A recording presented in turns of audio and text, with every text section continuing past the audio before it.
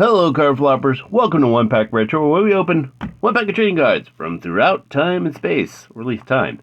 Because sometimes Nazis deserve to get punched in the face. So yeah. Speaking of which, the golden age of comics, all Chromium.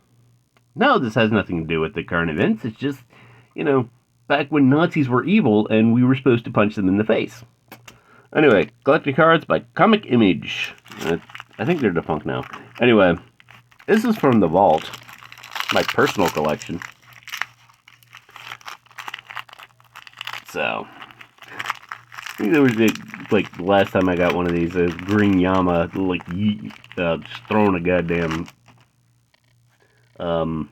swastika into space is like my favorite thing. Anyway, starting off with Blue Ribbon Comics. Mystery.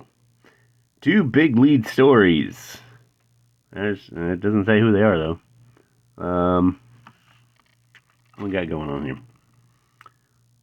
Mr. Justice, seen here confronting an unsettling array of fiery demons, made his debut in Blue Ribbon 9, February 1941. Much involved in things mystical, he was the magazine's answer to DC's more popular Spectre. Crime does not pay. Ooh, that is a picture. All true crime stories. What got going on there? One of the successful and influential magazines of the Golden Age, it was the first true crime comic book. Published by Live Garrison and edited by Charles Brero and Bob Wood, it offered violence, sex, and action. All things you want in a comic. Crime Does Not Pay eventually had dozens of imitators, which inspired the many anti-comic book campaigns of the post-World War II years. Fight Comics. There's a fight, alright. Tiger Girl, Senorita Rio, and something else, I don't know. Inside this particular issue, Tiger Girl, seen here in the coils of a serpent, tangles with a gang of slave traders. That's her trusted sidekick, Abdullah, accompanying the tiger down below. That guy. Oh boy. Amazing Man Comics. Dick punching a gorilla. Just straight up, just okay. In the months before the United States got into World War II, quite a few people worried about a possible invasion by enemy troops. It's unlikely, however, that very many worried about the possible invasion of giant green Nazi gorillas.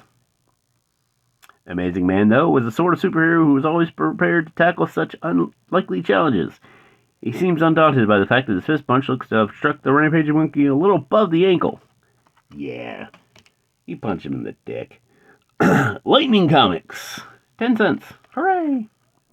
Lightning Comics was originally titled Surefire Comics, but it was apparently decided that this wasn't a surefire title. The hero saving the young woman from tigers, leopards, and very odd weapons was originally known as Flash Lightning. He later became Lash Lightning. Artist Lucy later drew the Hangman and eventually Archie. And we get Blue Ribbon Comic again? Is that like a special? No, it's the same. It's the same card. It is literally the same card. Popular Comics. Apparently not.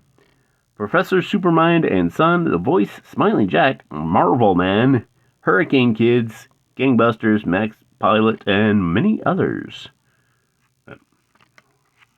Superhero free spread rapidly during the early 1940s. Even sedated reprint magazines like Popular added them to their lineups. In action here is the second half of the team of Professor Supermind and Son. So that's the son, huh? The Prof was a brilliant scientist who turned his offspring into a muscle man.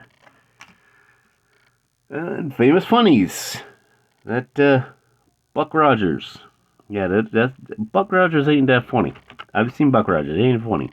The pioneering comic book was near the end of its tether by 1954 and would fold the following year after 4 more issues. It managed to go out with a bang, though, using Frank Frazetta to do 8 of its final 10 covers. Ooh. That's a good one. What? Oh. What's it going to be? Yeah. I'm going to say this one.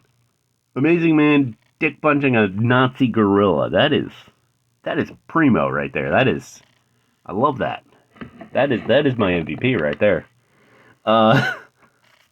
I can get that one. Amazing Man Comics number 22.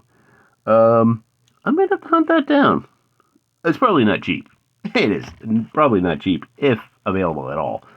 But, in any case, that is the golden age of comics, where dick-punching Nazi gorillas is a thing, just like dick-punching regular Nazis.